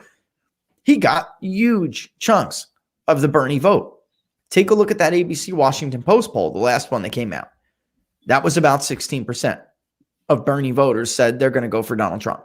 About that much. And they had that tied. They had the race tied up. Or what? Biden by 2 or something, right? Something like that. So that would generally, that still holds, is my point. So, Hillary won the popular vote by almost 3 points, roughly 3 points, but she lost enough of the Bernie vote that it was devastating. And we were just talking about Pennsylvania, right? Those were working class votes, those Bernie votes. Who are they now?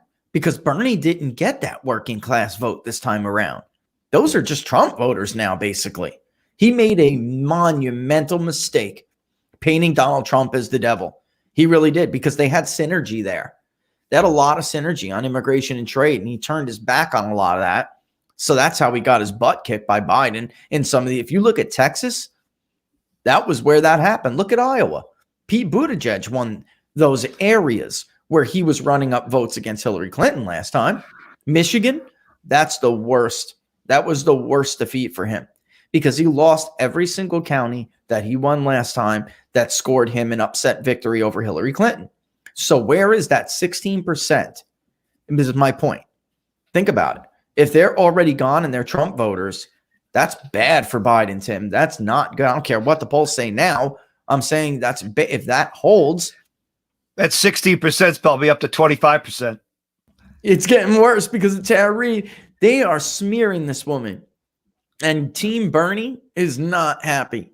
They are smearing this woman like they smeared Juanita Broderick and Paula Jones. They're right back to the drag a $20 bill through the trailer park. How'd that work out for him? Oh, my God. Haven't they learned? There's got to be a better way out of this, buddy. There has to be a better way. More voters. There's, like, we went over this poll last week. 4 in 10, were undecided.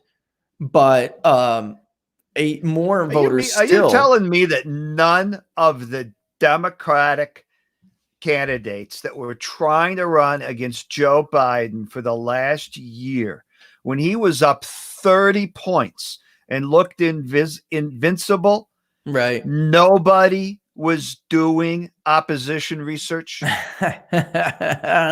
Well, Team Biden, they knew what their opposition was because they sent Democratic operatives and lawyers to the University of Delaware to rifle through those records weeks and weeks ago.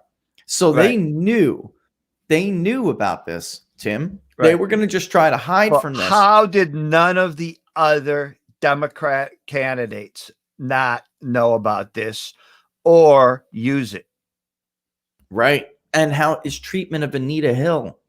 They started in on that and then they backed off of it. The truth is, and this includes Bernie, they weren't willing to do what it was going to take to put Joe Biden away. Tim, after Nevada, Joe Biden was dead in the water. Yeah. Dead in the water. They got spooked. They thought that he was just done. And he could have put him away. The problem was nobody else was there but Bernie to take with any real base or the potential for any momentum. And the reality is Bernie's base just wasn't the same as it was 4 years ago. It's not. Yeah. It didn't have the older voters that were pro Bernie 4 years ago. It weren't there this time around. And he didn't have the enthusiasm with the younger voters. Yeah. And if you go after Nevada from like South Carolina on, it wasn't just momentum. The DNC got together, and this is politics. I'm not sure I'm willing to call it like they stole it from him. That's politics, and they got together. Yeah, it's ugly, smoke-filled dark rooms. And they formed a balancing coalition against Bernie Sanders for 2 reasons. It's not just that they didn't think he could win. That's garbage. That's BS. They want to control this presidency. And Bernie is not going to give the Democratic establishment control of the presidency, the White House. That's what they want, their game back, right? So electing Bernie Sanders, yeah, he'll play ball more than Donald Trump plays ball. That's for damn sure. But he's not going to give the Democrat corporate establishment back the reins in the White House the way Obama did, the way Biden will, and that's why it's not just electability. But when they formed that coalition against him, I mean, the exit polls, the voter analysis that replaced him, very clear. Democratic voters, their heart was still with Bernie Sanders. They just didn't believe he can win, Tim. And that is what killed Bernie Sanders. In every state outside of Florida where he killed himself. And he killed himself with those comments. Yep. But again, I still view, in many ways, Bernie as the potentially the more dangerous candidate because he has ideas and he has a solid voter base. He had the potential, at least, to excite people and get them out there, even though he really didn't in the primaries. That's something Biden can't do. Look at the gap in voter enthusiasm. It's huge. It's bigger than it was for Hillary Clinton. And that's a problem because everybody knows voter enthusiasm is good for 3 points, Tim. You can't get, at least 3 points in some of these states. You can't get your voters to the polls. You're done. That's it. You're done. It won't matter what the poll. That's sometimes the disparity between an election result and a poll, like a shocking upset, is voter enthusiasm almost exclusively. And in the end, Bernie was going to lose Florida anyway, much like I think Biden is probably going to do. Right. So I'm not sure how much Florida really should have been the conversation to them. The conversation should have been that Midwest, the Rust Belt, where if Biden was to win, he can end it early. He's not making any gains with those voters anymore. Those working class voters that backed Bernie that then went to Trump and they're staying with Trump. It's it's those burbs. It's the burbs. And really, it is. And I don't know, Tim. I don't know. I just feel like a state like Minnesota, which we went over, and I was showing how Donald Trump can definitely carry the state of Minnesota. It's just like no doubt about it. But against somebody like Bernie Sanders, because populism is so important there to them, and because they hate corporate party politics, like Biden's like the worst. Yeah, Amy Klobuchar is popular. She's popular because she's been the senator there for years. And she helped him in Minnesota. Bernie was going to carry that. But that was like last minute the coalescing against him, but in a general election, I just think that Bernie would have taken Minnesota off the map for Donald Trump. I do. I really believe that. I do, because he's a populist candidate. I think you're probably right. And but at the same time, I guess some people say, well, I would have put Virginia. What if Klobuchar is the VP? Will it matter? VPs are overstated. Right. They really are. Right. In the end, the top of the ticket, Tim, has got to win it on their own. The biggest, strongest case for maybe I should get that too. The biggest, strongest case for vice presidential nominee was Lyndon Baines Johnson on Kennedy's ticket in 1960, and they thought that he could help him carry Texas. In the end, maybe I'll take a time. Maybe we'll take. That's a good segment. Our VPs. We'll do that. We'll save that for another segment. That's a great one. Look, Paul Ryan didn't help Mitt Romney, not even in his hometown, not by Racine, not in the Bow Wow. He got killed. They got killed. It didn't matter. Paul Ryan was on the ticket. Lyndon Baines Johnson, I will save that because it's very detailed, and I wrote an article about it not too long ago. It was when it was like Beto fever. Remember Beto fever this time? Yep. He was going to be the next Barack. He was going to be the white Barack Obama, and he's going to carry the state of Texas. What a joke. Then I went through it in detail, and I think that's a great topic for a segment. So, so here's the big question is, do you think that voter enthusiasm will be so low for Biden that Trump can win the popular vote? Well, that's a good question. For instance, For instance, let's could say if you're a Democrat in New York State, you lost California badly. if you're a Democrat in New York State, do I have to go vote? Biden's going to carry the state. What's the big deal? I don't really have to go vote. Biden doesn't need my vote to win the state of New York Or California. or California. And that's where her popular vote margin came from. I mean, it's possible, Right? Because Hillary's popular vote margin Without came California, Trump won the popular vote. without LA County, Washington, D.C., where he won 4%, and New York City. That was it. Or just without California. Yeah. I mean, well, Without the whole entire state. Right. Won the popular vote. But, ironically, the turnout there wasn't that big. It was only in big, which is, again, suspicious, only in big Democratic strongholds. Same thing like Broward County. In Florida, she did not get her vote. She didn't. But in Broward County, she managed to squeeze out hundreds of thousands of more votes than Barack Obama. Pretty incredible, right? That's pretty incredible. Yet it didn't really translate anywhere else. That is suspicious. That's very suspicious. That means that probably won't happen this time around. LA County, right? Oh, Brenda's not there, is she? No.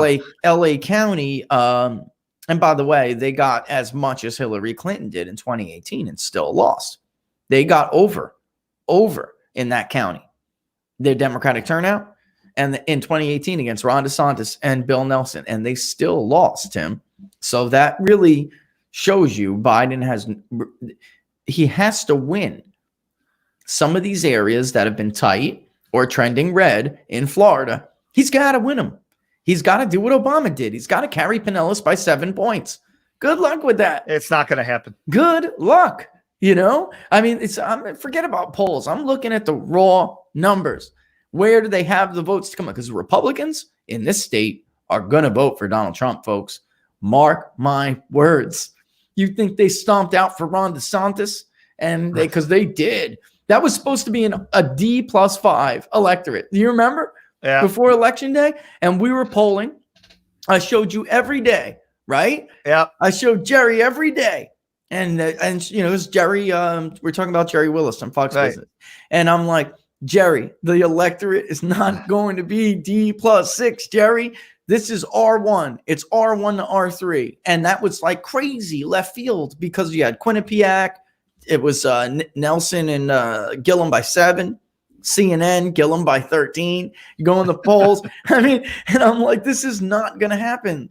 Look at the electorate. It will be R1, R3. And it turned out to be what? R2 or R1 or something. Yeah. They went out there. And that's because both of them are Trump candidates. Florida Republicans love Donald Trump. He has the highest approval rating for any Republican-based, candidate. He's got the highest base approval rating we've ever polled. End of story. Not even close. And Cuban Republicans are the most loyal Trump vote that you can measure. That's even true of like white working class in Ohio. They have a higher approval rating than they do. They have not moved. They have not. If anything, they've gone up. I'm telling you, it's crazy. And if you think that Biden's going to like drag Trump down to 35% in Miami-Dade, you're crazy. That's not happening. They're not going to let that happen.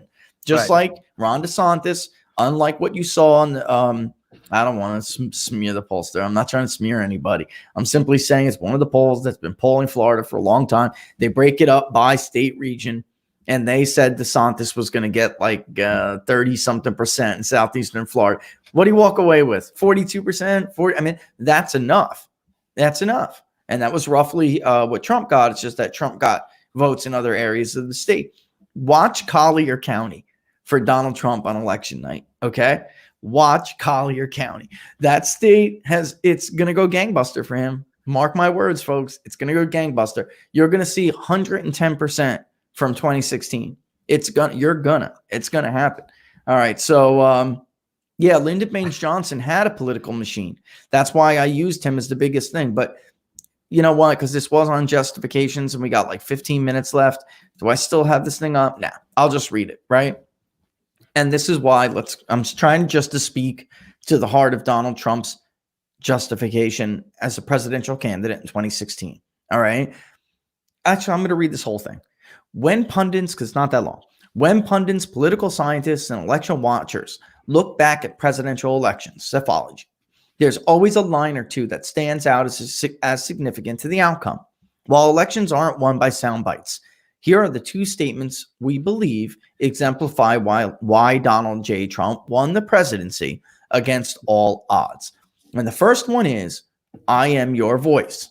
When delivering his acceptance speech for the nomination to the Republican National Convention in Cleveland, Ohio in July, the New York businessman solidified his image as a blue-collar billionaire by uttering 4 words. I am your voice, he said after turning directly to the camera. You remember this? Speaking to millions of Americans watching at home. This election wasn't a white lashing, as Van Jones said on CNN. What the former top Obama advisor still didn't understand, and now I think he does, by the way, is that millions of working class Americans, including all races and genders, felt that they were forgotten or left behind by the power structure. That's because they were left behind. Right. And Donald Trump knew they had been, quote, ignored, neglected, and abandoned. Every day I wake up determined to deliver for the people I've met all across this nation that have been ignored, neglected, and abandoned. These are the people who work hard but no longer have a voice. I am your voice. That is what he said. That's why he won the Midwest. That is why he won the Midwest. And it all had to do with NAFTA. And it doesn't. Trade. It has nothing to do with race. You know, he won more than 70%, Tim, if we just look at the two-party working class vote. 70%. That is not possible if you just win white working people. He beat Reagan's 1984 record if we just look at the two parties. Ultimately, the working men and women in the Rust Belt believe they couldn't count. If anyone has not read Selena Zito's book, amazing. The Great Revolt, it's probably amazing book. Best, one of the best postmortems of an election ever put together. This is why media hasn't gotten it. Somebody like Selena did an amazing. That is a great book. And why? She got off her butt. I can't remember who she co-authored that with. I don't either. I just remember Selena's headline name there. You know, she got off her butt. Right here. There you go. What? There you go. She got off her butt. Unlike the other so-called pundits in this business, Tim. She drove around and talked to people. Ultimately, these people believed in the Rust Belt. They couldn't count on the system anymore that had left them behind. And they did, whether you like them or not. They viewed Trump as a self-made man who couldn't be bought and that it was their best chance to be their voice. They wanted a change and they wanted somebody to lend them a voice against what Trump's supporters call globalization. And globalists just by the way, both parties ramming through trade deals that benefit their big donors and that decimated their neighborhoods. And unless you're Selena and you get in the car and you go to these neighborhoods, you don't know what the hell you're talking about. They hollowed out whole communities doing this. And I don't. Yep. And I mean, and I wrote at the time, I really don't think. Well, I didn't write. This was a comment. I said, I really don't think we can understate how incredible of an accomplishment it was for Donald Trump to basically run the table in the Rust Belt. In Wisconsin, Michigan, and Pennsylvania, working class voters who supported Barack Obama twice supported Donald Trump. That's not an easy feat. You cannot cast that aside to racism, Tim. They voted for Barack Obama. Has nothing to do with it. This was about who they thought was best positioned to be their voice. And that's why those 4 words were so important. I am your voice. That's it. Full stop, right? I mean, and then of course the second one was because both of them really just speak to his justification. In Gettysburg in late October. And if you guys remember the tracking poll I was showing you, in Gainesville, at Gettysburg in late October, he introduced his contract with the American voter. You remember that, Tim? Yeah. And it was a plan that vowed to drain the swamp. It was the first time Trump had heard somebody say it. And he said, oh, I like that. He repeated, he thought it was a joke. but the place went wild. And so he decided to repeat that saying over and over again because he's got a great political instinct. But that drain the swamp encapsulated the whole contract with the American voter. And it was a review. We did a review on it, by the way. That he was elected to enact those provisions, Tim. You know, I mean, that's it. It was against corruption and the ruling class and special interest, and putting that together with I am your voice. That's it. That's Donald Trump's justification of the economy and immigration are issues. You know, and issues obviously speak to a candidate's justification, but those two really, the anti-corruption thing and the economy, you know, plowed together to make it that was a justification. You know, I mean, that's it. And Hillary Clinton was like the worst. And this is where Joe Biden on paper, he looks stronger, Tim. But this is where Joe Biden's problem is. He has the same weaknesses that Hillary Clinton has against a candidate like Donald Trump. It's like the same thing, Tim. The trade deals, NAFTA. Right. I mean, it's the same thing. Been around for decades, enriching his family and friends around him. Right. This is like, you know, the thing with China and Ukraine. It's like, I'm amazing how like the media defended Biden and tried to rewrite this because it has not been like a secret that people around Joe Biden, his brother, his sons have profited off of Joe Biden's time in public service. This and Trump's going to go back. He's going to talk about redoing NAFTA with the which Joe Biden voted for. Which Joe voted for, was a major proponent of. And he's going to talk about trade. He's going to talk about China, and he's going to talk about the virus. And he's going to hammer Biden's affiliation with China.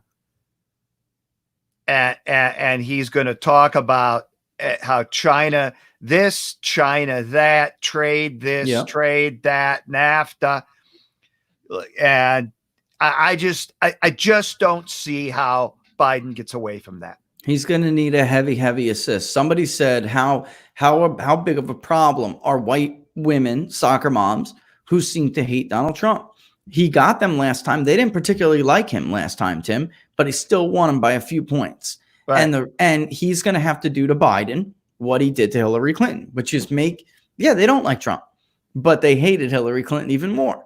And he's going to have to do that. So Biden, look at what happened with the coronavirus. This is a huge opening, you know, when it comes to this China issue. Yes. It's a huge opening because soccer moms care about the health of their family. They care about the financial stability of their families.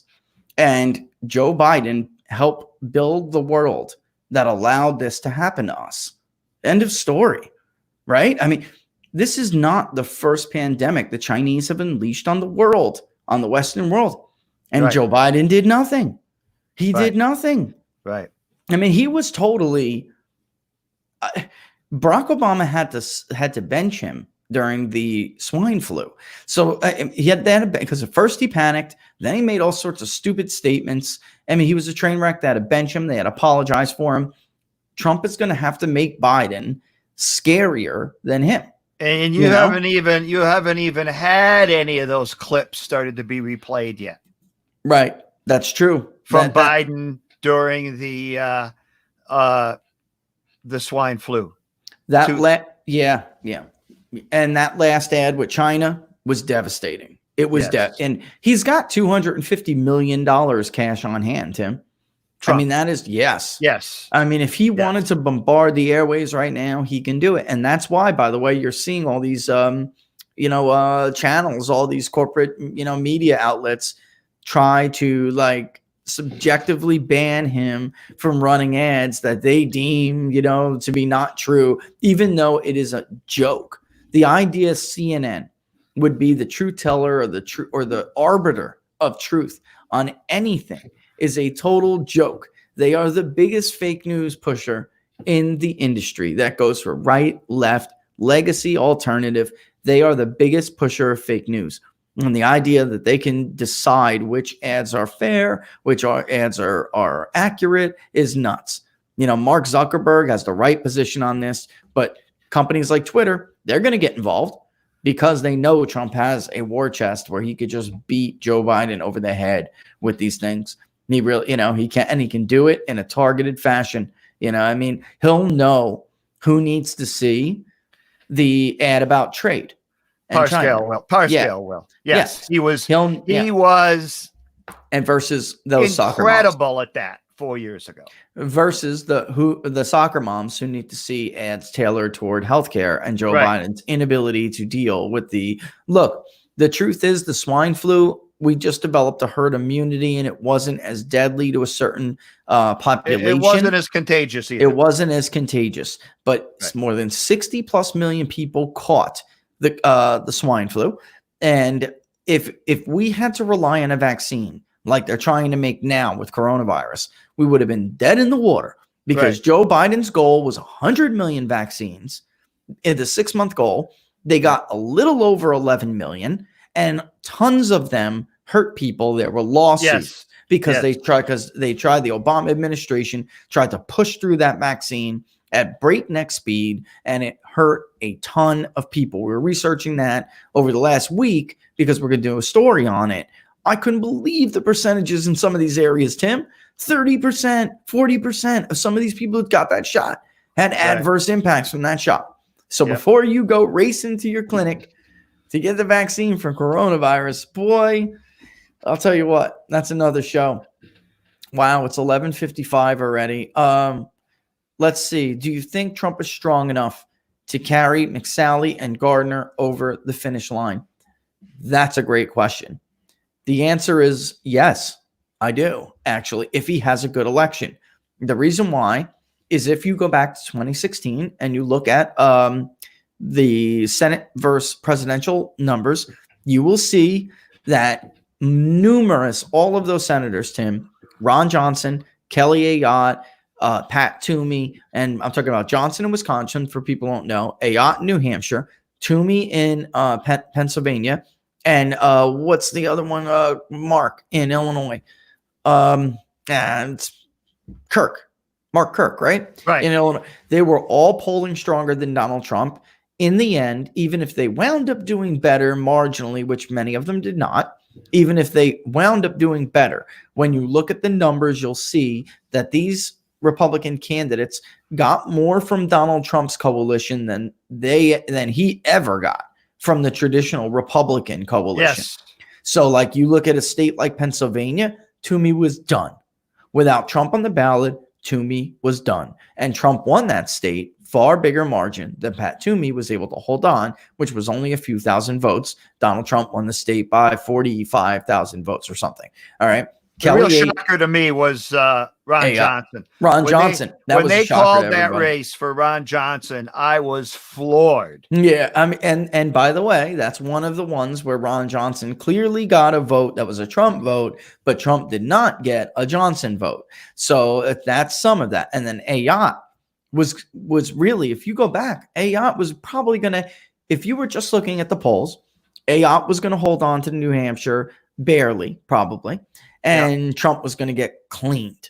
You remember that? What was the University of New Hampshire poll? Their last poll was like Clinton plus 13 in New Hampshire. Man. I don't remember that. It was ugly.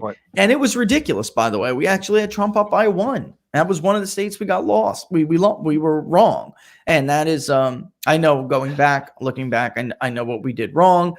But in truth, we could have been right. I'm not going to get into that. But, truth be told, we were probably closer. We were definitely closer no matter what the overall winner was. I think it was like 0.6% advantage for Trump in New Hampshire. He had a late surge there, and that's why it rounded up to like Trump plus 1. He wound up losing it by like just a handful of votes, and Ayotte really had no chance. I mean, a couple thousand votes separation in New Hampshire can be a big difference because it's not a very populated state. So, yeah, she was a flip-flopper. People don't like that stuff. Richard Burr is done in North Carolina. He's not running anymore, so he's finished. Tom Tillis in North Carolina is now grabbing onto the leg of Donald Trump because Donald Trump won the state of North Carolina with like more than double the votes. It's a lot. I don't remember exactly how much, but Donald Trump got a vote Tillis did not get in a midterm. He barely beat Kay Hagan by just under 2 points. Donald Trump carried the state by almost 4. he is being smart now after falling for the Russia collusion hoax. I thought Richard Burr beat Kay Hagan. No, Tom Tillis beat Kay Hagan in 2014. Richard Burr is out though. He's not running anymore. Right. Wow. So it's basically over. I got like 45 seconds. I tried to run through as much, but if Trump is stronger in Maricopa County, then he can pull Mcsally over the finish line.